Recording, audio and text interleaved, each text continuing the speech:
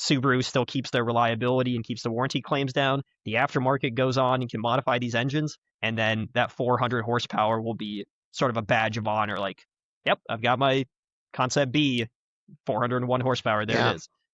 So there's an elephant in the performance aftermarket that I think is really relevant here, and I think Subaru's aware of it. I just don't know to what degree.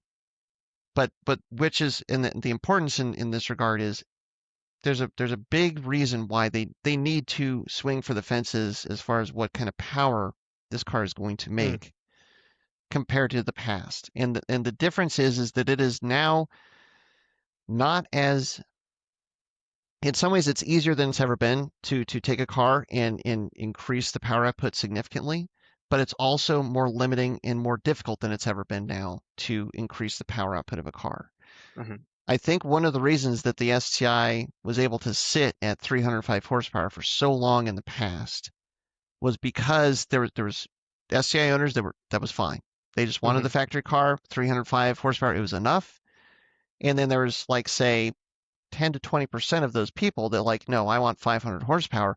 There's a path to it, but it's completely aftermarket. It's not something that Subaru has to then support.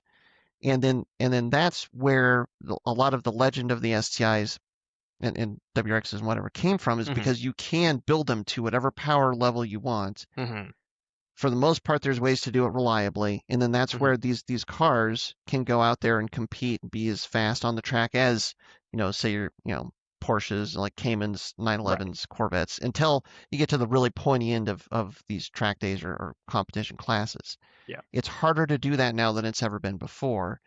So to keep the STI relevant, it's important for Subaru to raise that level so that people that are looking at the car that's rolling off the showroom floor is going to be a lot closer to these other cars that they want to compete with, because it's going to be harder for many, many people. I'm thinking, like, as in the California market, for instance, and in Colorado, in here, we're kind of in a similar boat to California, where, like, there's much less you can do in terms of modification and still keep the car a daily driven car to increase the power output. And I think Subaru has to be aware of that with, what they're gonna, if they're gonna bring the STI back as a combustion engine car, with what it can do.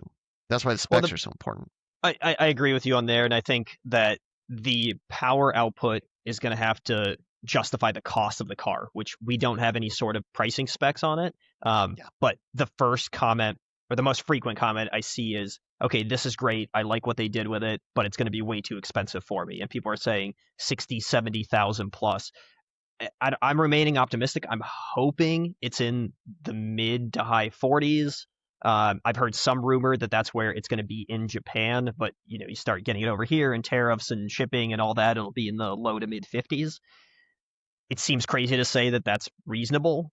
If we get all the stuff they're sort of promising us in this package, I would say low to mid 50s isn't unreasonable. 60, 70, yeah, that's getting to ridiculous territory where now, people are considering other cars.